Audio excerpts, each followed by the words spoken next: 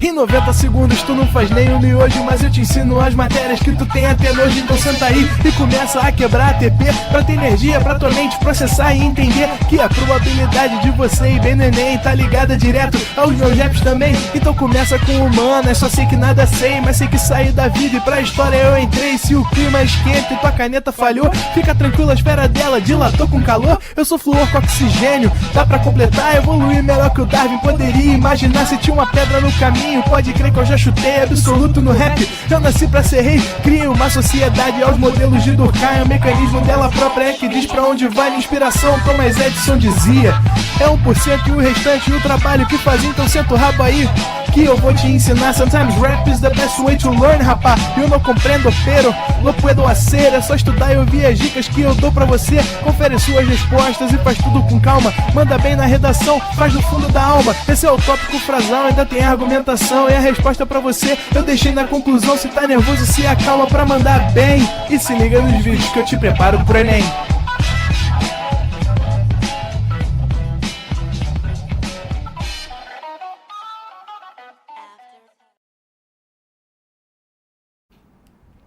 Estamos ao vivo, estamos de volta, Vê.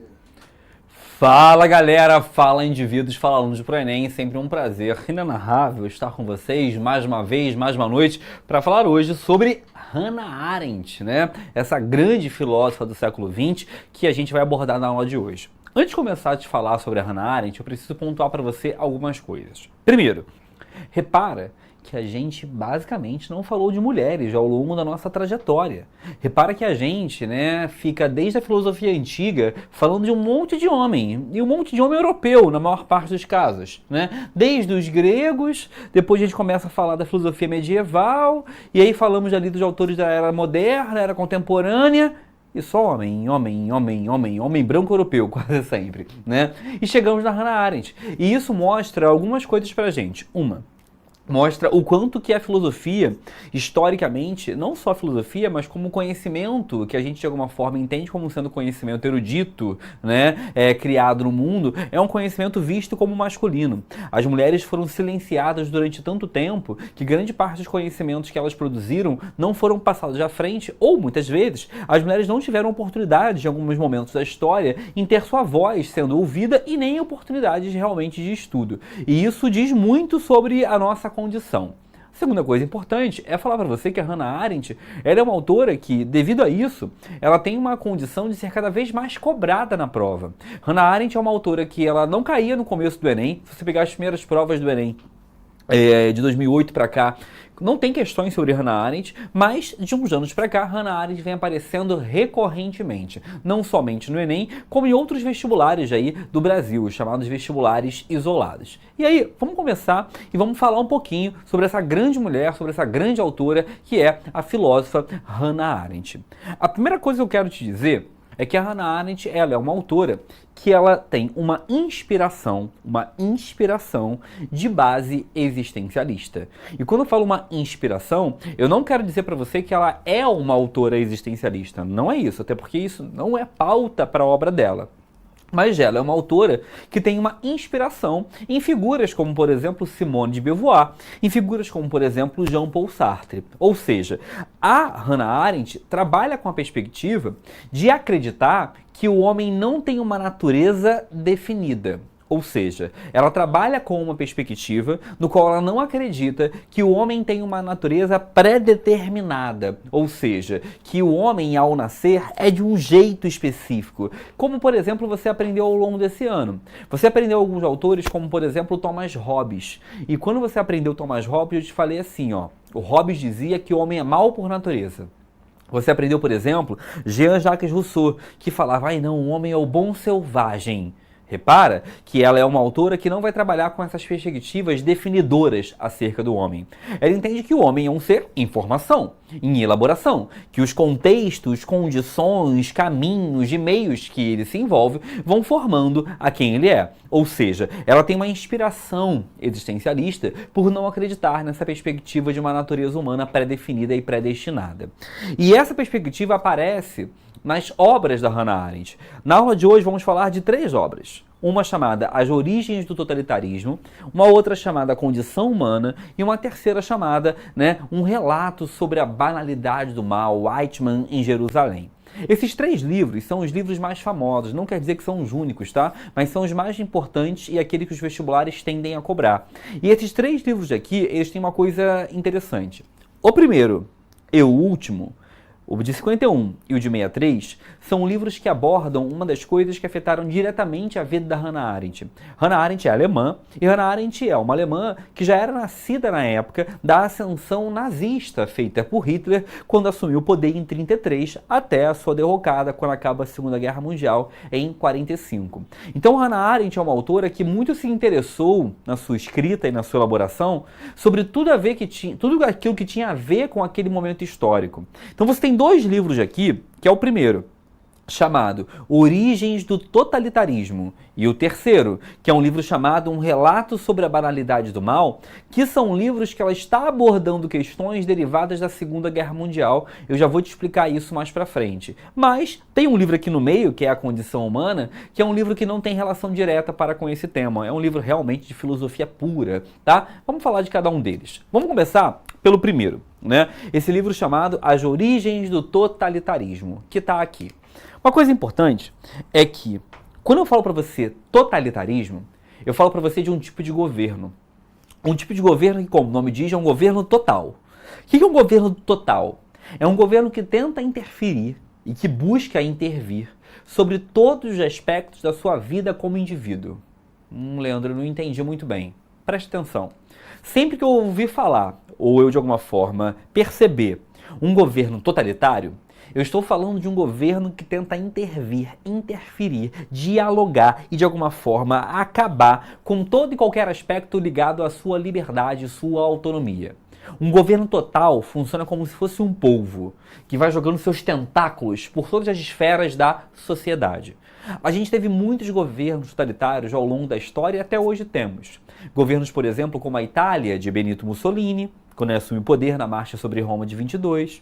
Governos como a Alemanha de Hitler, que assume o poder após a morte de Hindenburg em 33. Governos, por exemplo, como Franco, como Salazar. Governos, por exemplo, como Stalin na União Soviética. Um governo totalitarista, ele pode ser um totalitarismo de direita ou um totalitarismo de esquerda. Ele não é uma verificação puramente ligada a aspectos políticos, ele é um tipo de comportamento governamental.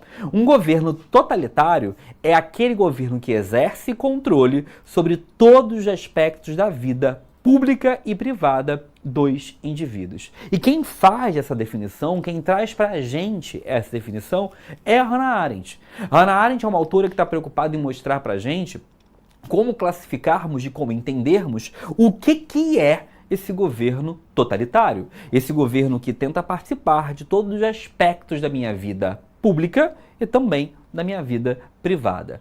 Tem uma coisa importante aqui a trabalhar, é a gente perceber que ela, quando tenta entender e perceber essa lógica, ela vai explicar pra gente, ela vai falar conosco sobre algumas características que todos os regimes totalitários têm. Vamos lá, vamos começar com alguns deles. Primeiro, uma ideologia totalizante. Os regimes totalitários, eles tentam mostrar que eles conseguem ter explicações para todos os problemas e dilemas sociais.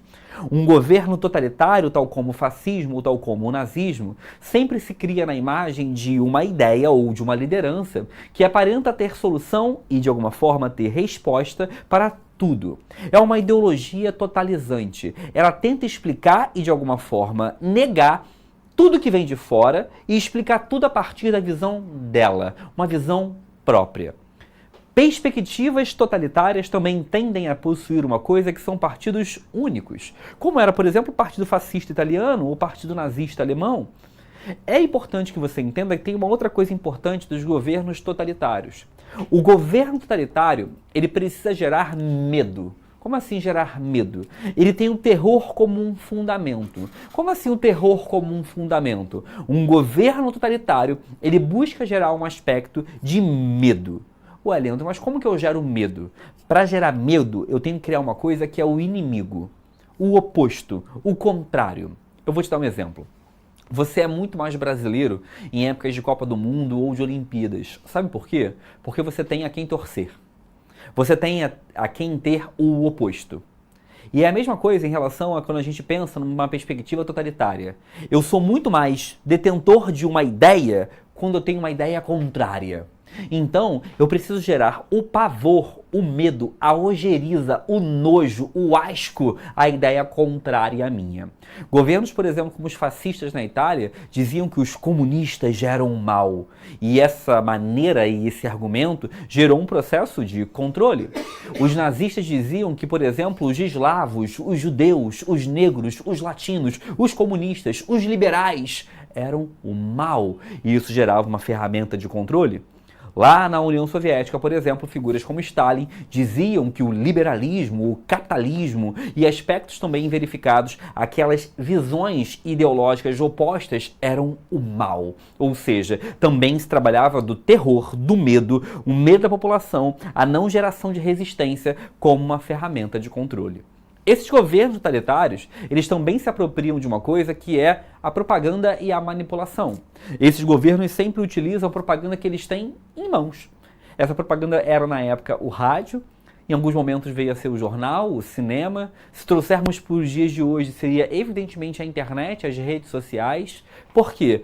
A propaganda, ela gera um processo de participação da minha vida cotidiana. Então eu passo, de alguma maneira, a ser manipulado, controlado em comportamentos a todo tempo.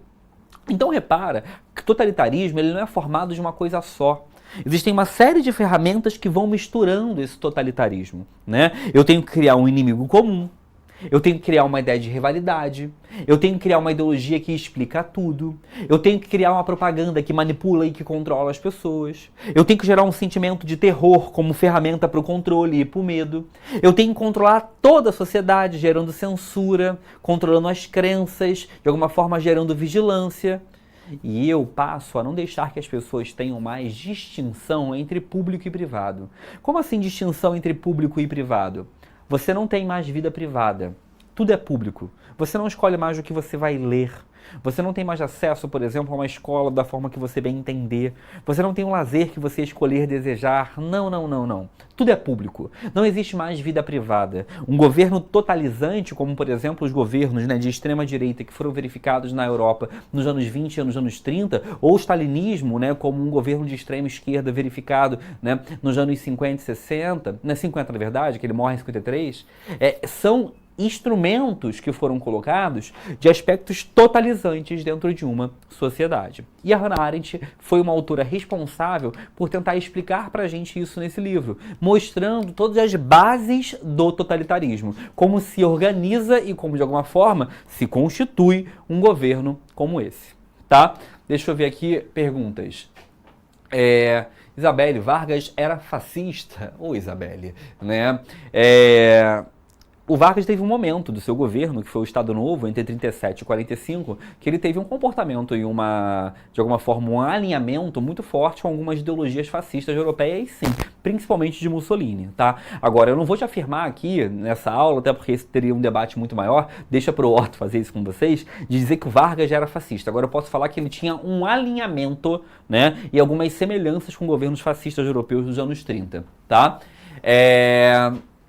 Vamos lá. Júlia Magalhães, professor, a China pode ser considerada um governo totalitário ou apenas unipartidário? Então, gente, não é porque um governo é unipartidário ou tem partido único que ele é totalitário, tá? O totalitarismo, ele tem várias características, o partido único é uma delas, tá? Vamos lá. Mas o que? Ela tem origem judaica? Sim, ela tem origem judaica, é verdade. Sempre usou ela em redações, perfeita. A Hannah tá viva? Não, a Hannah não está viva, ela morreu em 75, tá bom? Vamos lá, vamos seguir aqui. Uma outra coisa importante sobre a Hannah Arendt, um segundo livro relevante da Hannah Arendt é esse livro aqui, chamado A Condição Humana. E esse livro aqui, né, é um livro de filosofia mesmo. Ela deixa um pouco de lado aquela questão histórica, de tentar entender os governos totalitários, ou quais são as características de um governo totalitário, e ela passa a escrever um livro em que ela vai falar de forma direcionada sobre como o homem vive, ou o que define o ser humano. É um livro em que ela quer entender, né, uma das coisas mais importantes da filosofia, que é entender o significado de ser um ser humano. O que define um ser humano? O que faz que eu seja um ser humano? O que me diferencia e o que me consolida como sendo um ser humano? E a Hannah Arendt vai dizer que o que me define como ser um ser humano, o que me define como sendo uma pessoa, é que eu tenho uma coisa dentro de mim que ela chama de vida ativa. O que é a vida ativa? A vida ativa são as atividades que eu consigo realizar por ser um ser humano. Então a Hannah Arendt está dizendo o seguinte: eu vou escrever um livro chamado A Condição Humana. Nesse livro eu vou tentar explicar o que é ser um ser humano. Quais são as definições, delimitações de condições que eu detenho para ser um ser humano. E aí ela vai dizer que um ser humano é aquele que detém vida ativa. O que é vida ativa? Vida ativa são as atividades que eu consigo fazer em vida. Então um ser humano é aquele que consegue realizar atividades. E aí ela vai definir 3 tipos de atividades. 3 tipos de atividades que um ser humano que detém vida ativa podem vir a realizar.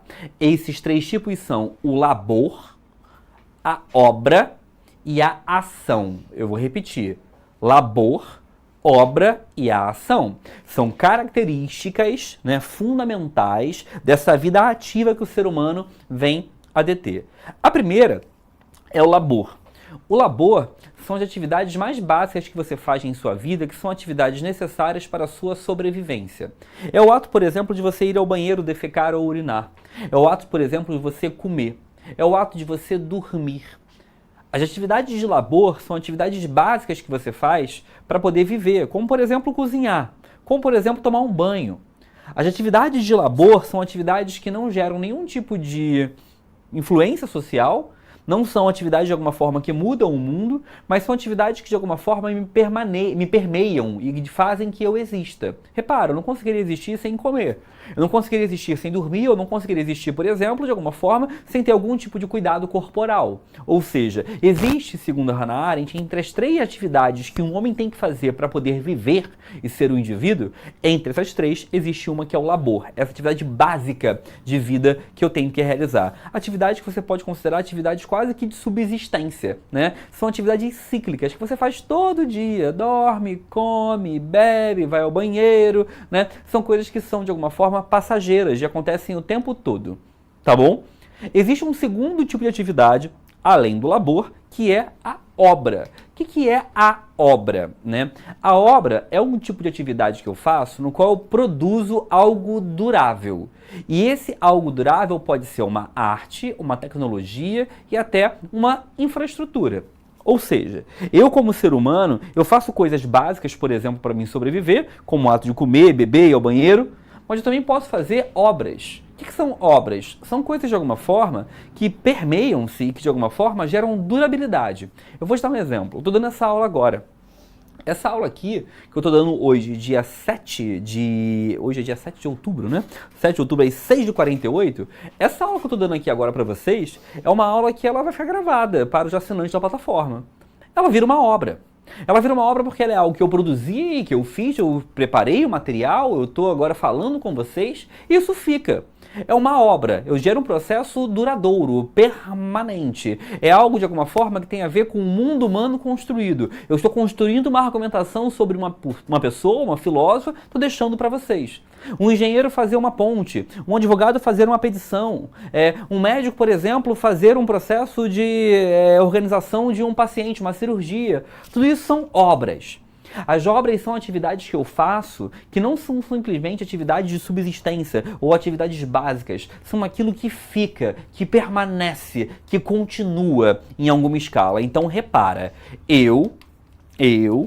para Hannah Arendt, tenho que pensar e entender o que define o ser humano. Para ela, o que define o ser humano é a vida ativa. A vida ativa são as atividades que eu faço como ser humano. Essas atividades para ela são 3. A primeira, o labor. Labor são as coisas necessárias, básicas para a minha sobrevivência, Segundo, ela fala da obra. Obras são objetos duráveis, ou aquilo que eu faço, de alguma maneira, que permeia-se a algo que fica. Por isso que o termo obra de arte, né? É algo que fica. E ela vai dizer também que existe a ação. E a ação talvez seja a mais abstrata para vocês, tá? A ação, para Hannah Arendt, é a influência política. Ué, Leandro, como assim influência política? Se o labor é o que eu faço para sobreviver, se a obra é o meu trabalho, que eu deixo de legado, muitas vezes, a ação é a política? Sim. Hannah Arendt aqui tem uma influência muito clara de Aristóteles, né? Porque a Hannah Arendt aqui está dizendo pra gente que o homem é um animal político, assim como Aristóteles diria. E está dizendo que o homem, como um animal político, ele precisa se consolidar nessa vida para se tornar um indivíduo, como um indivíduo que se permeia através do debate, da discussão. É um indivíduo que se forma a partir da coletividade. O homem não se formula como homem só pelo labor e só pela obra. Ele precisa da ação. Ele precisa participar de movimentos sociais. Ele precisa debater politicamente. Ele precisa participar de decisões coletivas. Ou seja, o homem precisa de um engajamento para com outros homens para poder se formalizar, para poder realmente vir a se formar. Isso seria um fundamento, seria uma necessidade, segundo a Hannah Arendt, de como formalizar um ser humano. Então, repetindo, vem comigo, desde o começo da aula. Hannah Arendt, filósofa do século XX, autora que tem inspiração existencialista, que tem 3 livros mais importantes. Primeiro, Origem do Totalitarismo, ela define o que é um governo totalitário, colocando algumas características pra gente. O segundo livro é um livro chamado A Condição Humana, em que ela vai definir o que é um ser humano. E para ela, um ser humano é aquele que tem vida ativa e que essa vida ativa é formada por 3 comportamentos: labor, obra e ação. Labor, atividade de subsistência. Obra, aquilo que eu deixo de legado, que eu construo, que eu faço. E a ação, a participação política, a participação coletiva como algo fundamental do ser humano. Beleza? Deixa eu ver dúvidas aqui. Isabelle, por que o totalitarismo é um problema filosófico para Hannah Arendt? Isabelle, porque o totalitarismo é uma forma de governo. E toda forma de governo é um problema filosófico, que é a forma que os homens escolheram para se governar. Tá bom? Vanessa, Lenin era totalitário? Então, Vanessa, Lenin ficou muito pouco tempo no poder, né? O Lenin assume em 17, sai em 24. E o Lenin, ele tinha ali um incentivo muito grande aos soviéticos, à participação coletiva. Então, a gente não costuma dizer que o Lenin era totalitário, não, tá? O Stalin já é outra coisa. Mas o que tem ali embaixo? Peraí. É a mesma pergunta várias vezes da Isabelle. Isabelle mandou várias vezes. Isabelle, as guerras são consequências do totalitarismo? Algumas sim, Isabelle. A Segunda Guerra Mundial, com certeza. Tá bom? Beleza, tranquilo. Vamos continuar. E aí, gente, a gente chega no livro da Hannah Arendt, que traz o conceito da Hannah Arendt, que é o conceito mais famoso da Hannah Arendt. Provavelmente, se alguém aqui nessa aula já tinha ouvido falar sobre Hannah Arendt, é muito provável que você tinha ouvido sobre um conceito, que é o de banalidade do mal. E assim, gente, você não está errado. Esse conceito realmente é um conceito da Hannah Arendt. Mas é um conceito que tem a ver com um livro, que é esse aqui, Eichmann em Jerusalém. Tá? Eu preciso que você entenda um pouquinho sobre o que esse livro aqui está dizendo pra gente. No ano de 63, a Hannah Arendt ela foi assistir o julgamento de um criminoso nazista chamado Eichmann. Tá? Eichmann é esse cara aqui. Tá? O Eichmann, ele era um homem, um oficial nazista, tá? Que trabalhava e tinha uma atuação no nazismo. Ele era responsável pela deportação de pessoas para os campos de extermínio. Ou seja, ele era um cara que cuidava do trânsito dos trens que levavam as pessoas para os campos de extermínio. O Eichmann, ele era um cara que tinha uma tarefa burocrática dentro do nazismo. O Eichmann não era um cara que pegava uma arma na ponta do fuzil e atirava nas pessoas. O Eichmann era o cara que matava alguém, não de forma direta. O Eichmann era um cara que era um oficial nazista, trabalhava para aquele sistema, mas era um cara burocrata, era um administrador, era um gestor. Ficava por trás dos bastidores, cuidando do transporte, cuidando da locomoção. E o Eichmann, ele foi julgado alguns anos depois do final da Segunda Guerra Mundial. Ele foi a julgamento no ano de 1963, né? E o Adolf Eichmann, ele vai ser um cara que, quando chega a julgamento, se esperava um monstro. Ué, Leandro, como assim se esperava um monstro? Cara, não tem jeito. Quando você pensa num oficial nazista que gerou a morte de milhares de pessoas, você pensa numa figura monstruosa, quase que amedrontadora de fato. Só que quando Eichmann chegou, Eichmann era um homem educado. Eichmann era um homem que era um bom pai. Eichmann era um homem carinhoso para com seus filhos. Eichmann era um bom marido. Eichmann era um bom vizinho, um bom filho. Eichmann era uma pessoa educada, simpática, atenciosa, respeitosa. E aí, a Hannah Arendt, a partir desse julgamento que ela assistiu, né, ela acabou se tornando repórter até no final da vida. A partir desse momento, a Hannah Arendt ela vai estabelecer e vai criar para nós um conceito que é um dos mais famosos da filosofia do século XX, que é o conceito de banalidade do mal. Que ela vai dizer que o mal extremo, o pior dos maus que pode ser realizado por pessoas comuns. O Eichmann não é um cara mau, essencialmente mau. Ele é uma pessoa comum. Mas ele pode realizar os dos piores males. Ele pode realizar com qualquer um de nós males bizarros. Ela vai dizer que as pessoas não são necessariamente cruéis por natureza, mas elas agem de forma acrítica, não é crítica, é acrítica dentro de um sistema. O que é agir de forma acrítica? É agir de forma sem reflexão. Ela quer dizer que um homem comum, um homem que se diz um homem de família, um homem que se diz uma pessoa preocupada com, sou preocupado com a minha religião, sou preocupado com a minha família, sou preocupado, com a minha vida. Essa pessoa pode cometer atos cruéis, bárbaros, atos bizarros. É o caso de Eichmann, né? A Hannah Arendt vai dizer, né, que ele não era um vilão clássico, era só uma pessoa medíocre.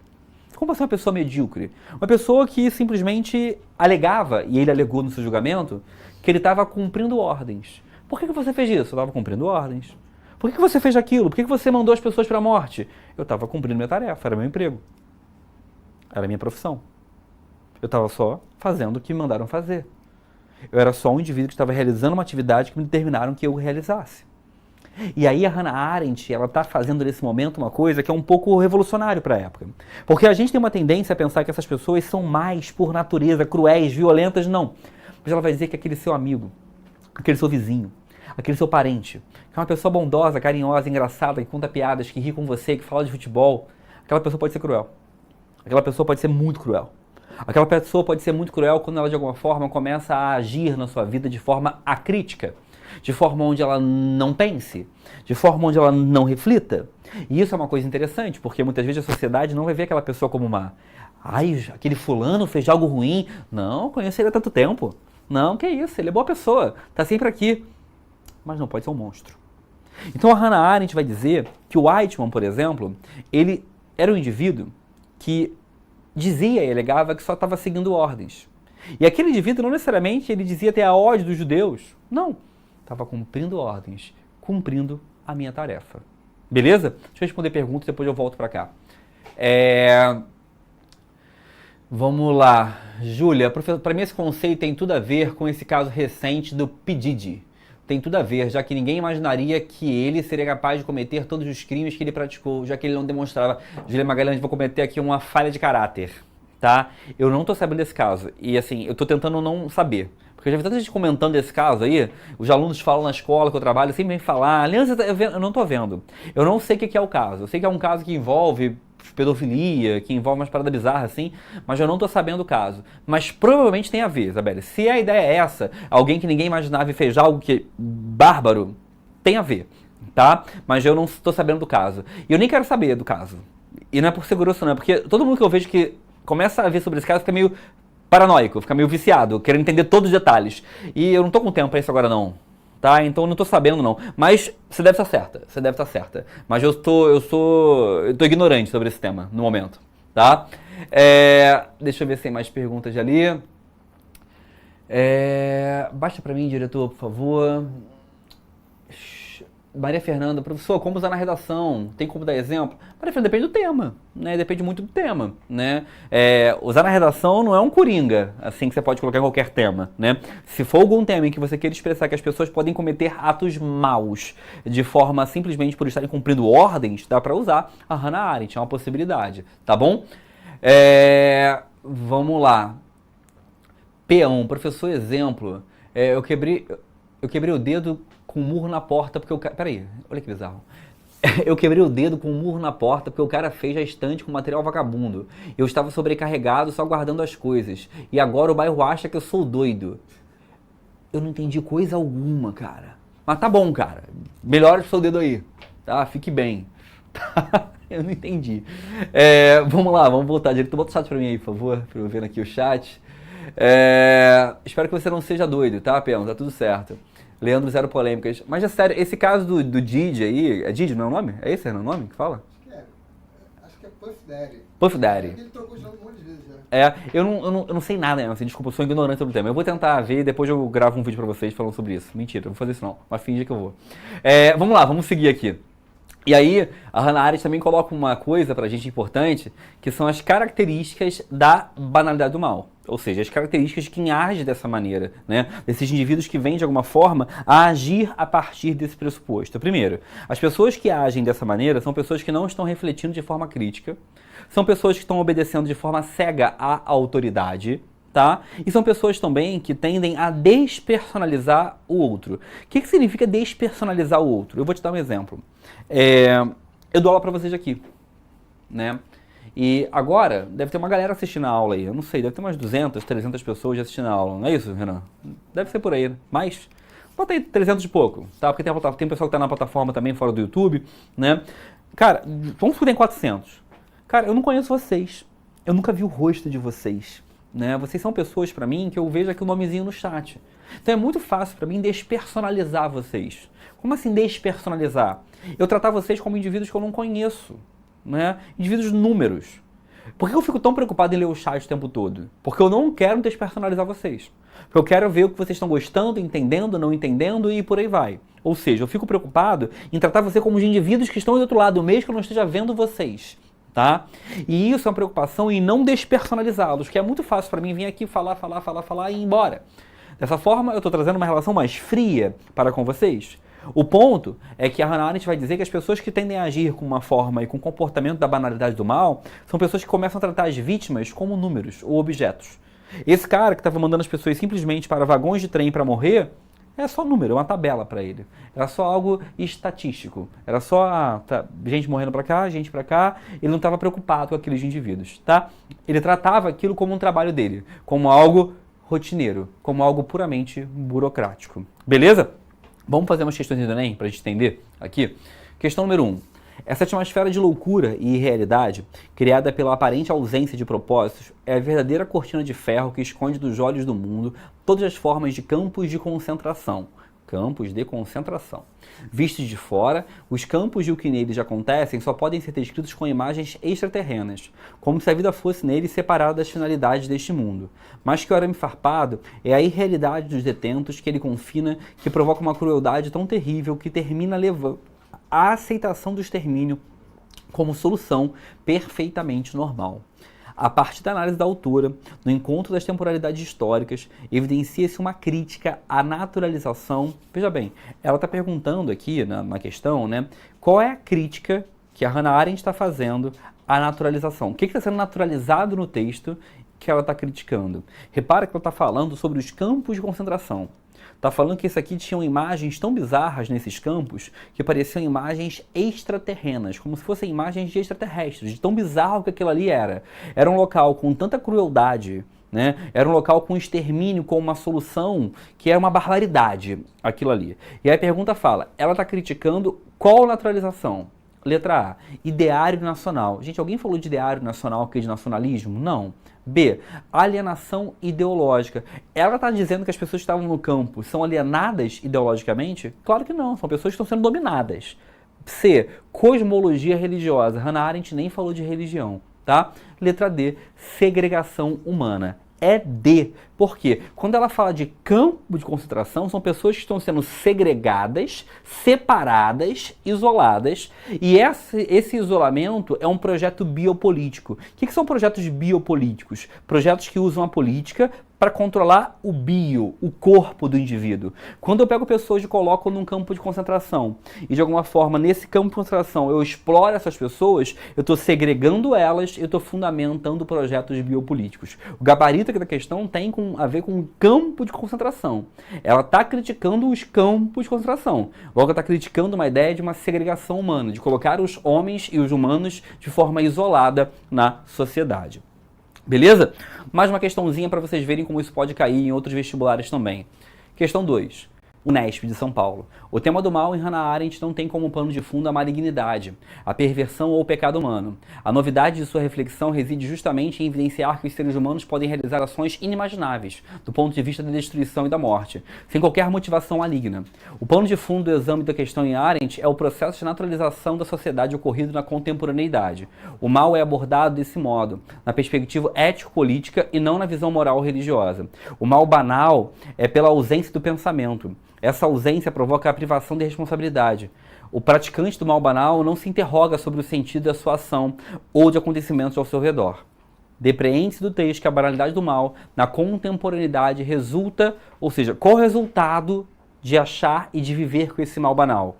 Letra A. Carência de formação religiosa. Tem a ver com religião? Hannah Arendt não fala de religião. B. Da irreflexão institucionalizada. O que é irreflexão? É quem não reflete. Ou seja, a banalidade do mal na atualidade tem a ver com as pessoas não refletirem. Isso ser algo institucional, ser algo padronizado. O gabarito vai ser letra B de bola. Tranquilidade, meus queridos? Tranquilidade, todos em paz? E eu queria deixar aqui para acabar a aula uma indicação, que é uma indicação de um filme. Tá?